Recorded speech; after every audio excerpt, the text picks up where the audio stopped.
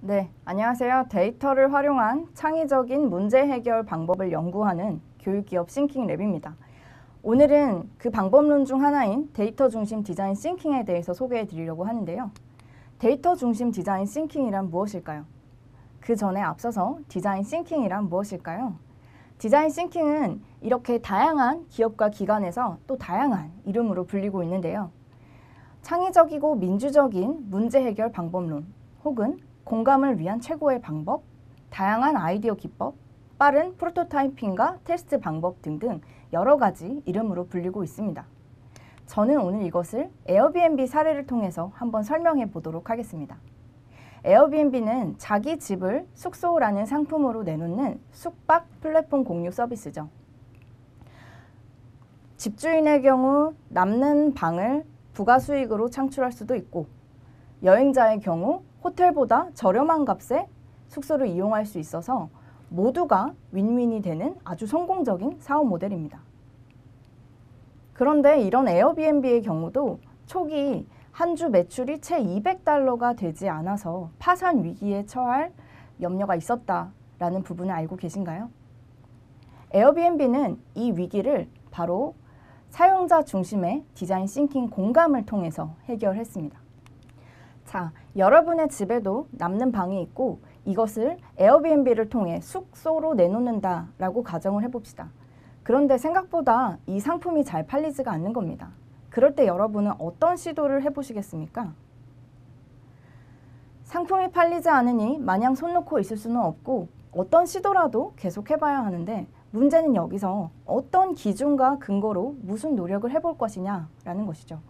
에어비앤비 초기 창업팀이 가진 고민도 이런 부분이었습니다. 그때 여러 가지 고객과 사이트를 관찰하고 또 공감을 하면서 진행을 해본 결과, 나라면 왜 이 숙소를 사지 않을까라는 가설을 세우게 됩니다. 그리고 그 결과 숙소 사진이 좋아 보이지 않으면 고객들은 돈을 지불하고 싶어 하지 않을 것이다 라는 가설을 세우게 되죠. 가설을 세웠다면 이제 올바른 문제 정의를 할 때입니다. 알고 보니 객실의 대부분의 사진들은 집주인들이 휴대폰 카메라를 통해 대충 사진을 찍고 업로드한 게시물들이 대부분이었습니다. 이렇게 문제를 정의하고 그 이후에는 아이디어 단계로 넘어갈 때인데요.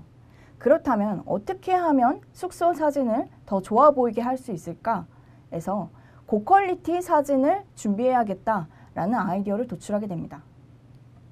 그리고 이 아이디어를 가장 빠르고 쉽게 해결할 수 있는 방안을 선정해야겠죠. 저희는 이것을 프로토타이핑이라고 부릅니다.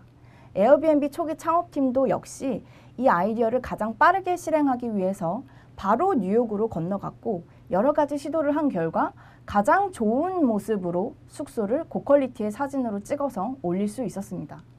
놀랍게도 그 다음 한 주의 매출은 2배가량 상승하게 되었죠. 작은 성공을 통해서 프로토타이핑을 검증했다면 이제는 여러 가지 개선과 반복을 꾸준히 반복하는 테스트 단계로 넘어갈 때인데요. 그 이후로도 에어비앤비 창업팀은 고객과의 공감, 여러 가지 개선과 테스트들을 계속하면서 꾸준히 더 좋은 숙소를 제공할 수 있었습니다. 그 결과 오늘날 $180억 가치에 이르는 아주 성공한 기업으로 자리 잡게 되었죠. 이것이 바로 에어비앤비가 진행했던 디자인 싱킹의 5단계, 공감으로부터 시작해서 아이디어, 문제정의, 프로토타이핑과 테스트였습니다. 세계적인 디자인 컨설팅 연구소의 CEO 팀 브라운은 디자인 싱킹에 대해서 이렇게 정의합니다. 디자인 싱킹이란 디자이너들의 사고방식을 따르는 것이다 라고 말이죠. 여기서 이야기하는 디자인 싱킹이란 단순히 제품의 외형 디자인에 대한 이야기가 아닙니다. 오랫동안 디자이너들이 해왔던 관점과 사고방식을 이야기하는 것이죠. 과거에는 기술에 맞추어 제품을 만들고 그것을 그저 공급하는 것에만 충실했습니다. 하지만 디자이너들의 경우에는 기술이나 제품보다 사람에게 먼저 접근해서 그 사람에게 공감하고 문제를 해결하는 방식을 가져왔습니다. 이런 식으로 이성적인 접근 방법만이 아닌 감성적인 접근과 함께 통합적인 관점으로 문제에 접근하는 것을 우리는 디자인 싱킹이라고 부릅니다. 여기 보시면 디자인 싱킹의 5단계가 나와 있습니다. 디자인 싱킹은 이렇게 통합적인 사고를 통해서 공감과 문제 정의, 아이디어, 그 다음에 프로토타이핑과 테스트까지 5개의 단계에 걸쳐서 분석적 사고와 융합적 사고를 기준으로 반복, 수렴, 확산 등을 계속해서 사고를 발전시켜 나가는 과정입니다. 그런데 이런 과정을 통해서 해결하는 문제가 꼭 대단하고 큰 문제만 주제로 하고 있지는 않습니다. 일본의 한 숍에서는 여성과 남성의 피부 민감도와 천의 니즈에 따른 그 아주 작은 차이에 집중해서 여성의 경우에는 좀 더 부드러운 천의 수건을, 남성의 경우에는 좀 더 거칠고 빨리 물기를 털어낼 수 있는 수건의 소재를 적용한 것만으로 크고 좋은 혁신을 만들어낸 결과도 있습니다.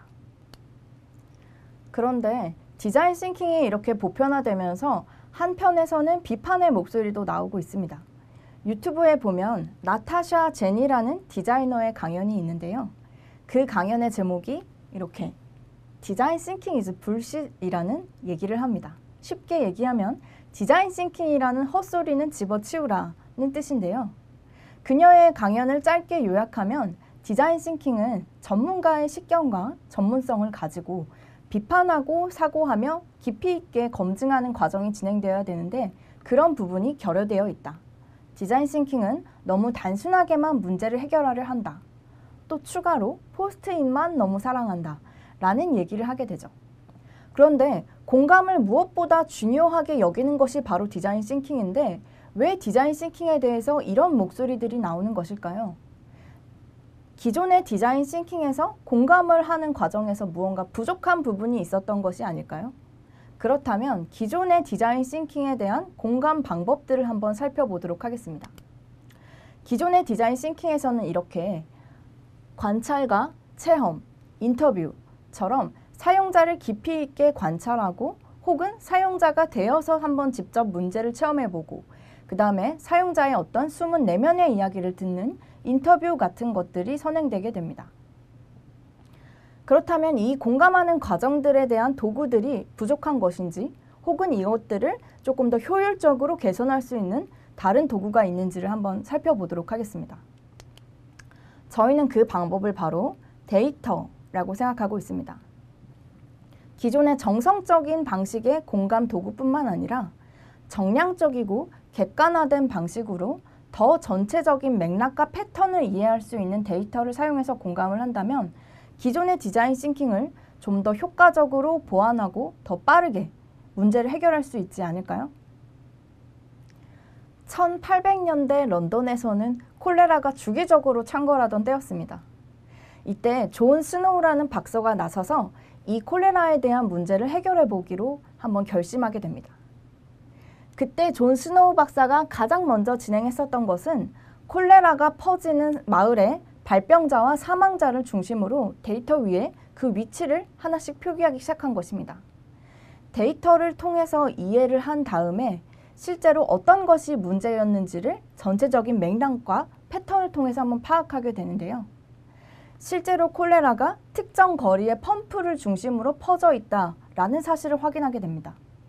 그리고 나서 그 다음 단계로 그렇다면 혹시 콜레라는 물의 펌프라는 손잡이 매개체를 통해서 전염성이 있는 수인성 질병이 아닐까라는 문제를 정의하게 되죠. 그리고 이 정의한 문제에 대해서 굉장히 빠르고 쉽게 가장 빨리 해볼 수 있는 방안으로 프로토타이핑 방법으로 펌프의 손잡이를 제거해버리는 시도를 하게 됩니다. 그리고 나서 놀랍게도 마을의 콜레라에 대한 억제가 성공하게 되죠. 이런 결과를 바탕으로 결국 해당 마을의 콜레라를 완전히 치료할 수가 있었고 존 스노우 박사는 역학의 선구자로 불리게 되었습니다. 존 스노우 박사는 기존에 이렇게 디자인 싱킹의 5가지 단계를 모두 완벽하게 적용을 하면서 추가로 데이터에 대한 이해를 통해서 훨씬 더 문제를 빠르고 객관적이고 또 맥락적으로 파악해서 문제를 더 빨리 해결할 수가 있었습니다. 만약에 이 과정에서 존 스노우 박사가 기존의 인터뷰나 설문조사 같은 정성적인 사용자 기법만 사용했다면 어떻게 됐을까요? 이만큼 빠르게 문제를 해결할 수 있었을까요? 또 다른 사례를 통해 설명드리도록 하겠습니다.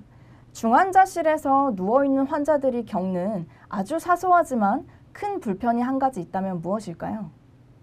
정답은 바로 양치질인데요.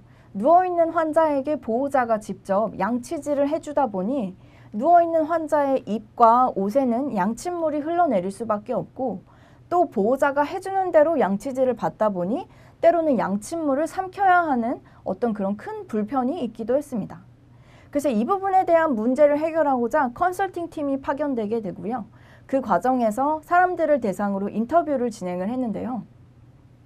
놀랍게도 환자와 보호자 모두 그렇게 큰 불편이 아니다라고 하는 것이었습니다. 그래서 컨설팅 팀은 문제 정의를 잘못했다는 생각에 처음부터 다시 여러 가지 공감 방법들을 사용해서 문제를 정의하게 되는데요.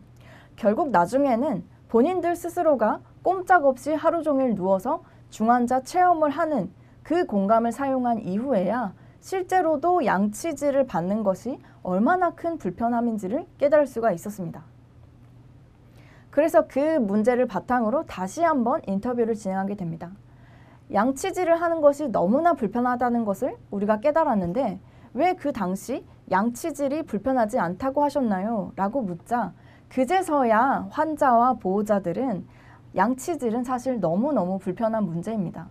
그런데 내 사랑하는 가족 그리고 내가 너무나 고마워하고 미안한 이 보호자들이 나에게 직접 양치질을 해주고 또 받고 있는데 어떻게 내가 불평을 할 수 있습니까?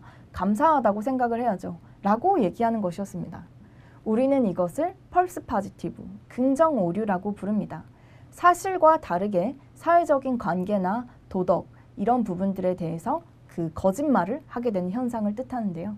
결국에 디자인 싱킹 컨설팅 팀은 이런 문제를 여러 가지 시행착오를 통해 반복한 결과 양침물을 쉽게 빨아들일 수 있는 어떤 석션 칫솔을 전동 석션 칫솔을 개발하게 되고요. 이를 통해서 효과적으로 문제를 해결할 수 있었습니다. 그런데 여기서 다시 한번 묻고 싶습니다. 만약 이 과정에서 처음부터 데이터를 통한 이해가 진행됐다면 문제는 어떻게 달라졌을까요? 사실 누워있는 환자에게서 얻을 수 있는 데이터는 굉장히 많습니다. 몸에 붙어있는 많은 병원과 의료 같은 센서 데이터 그리고 때로는 카메라 같은 것들을 통해서 관찰할 수 있는 표정 인식이나 다양한 몸집과 관련된 데이터들이 있겠죠. 이런 데이터들을 활용해서 훨씬 더 기존의 관찰과 체험과 인터뷰 외에 더 빠르고 맥락적으로 사용자에 대한 니즈에 공감하고 문제를 해결할 수 있게 되는 것입니다. 그렇다면 이 정성적인 공감의 도구와 정량적인 데이터를 통한 이해라는 공감의 도구를 활용한 데이터 중심의 디자인 싱킹은 어떻게 하면 더 잘할 수 있을까요? 보다 자세한 사항은 싱킹랩의 데이터 드리븐 비즈니스 워크숍을 통해서 들으실 수 있습니다. 네, 지금까지 데이터를 활용한 창의적인 문제 해결 방법을 연구하는 교육기업 싱킹랩이었습니다. 감사합니다.